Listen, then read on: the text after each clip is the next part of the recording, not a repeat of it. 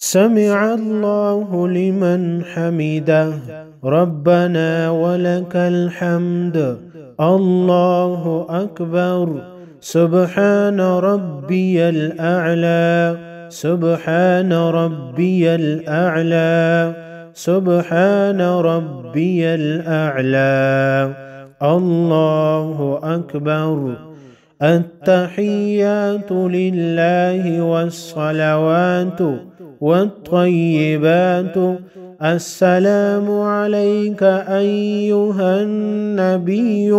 ورحمة الله وبركاته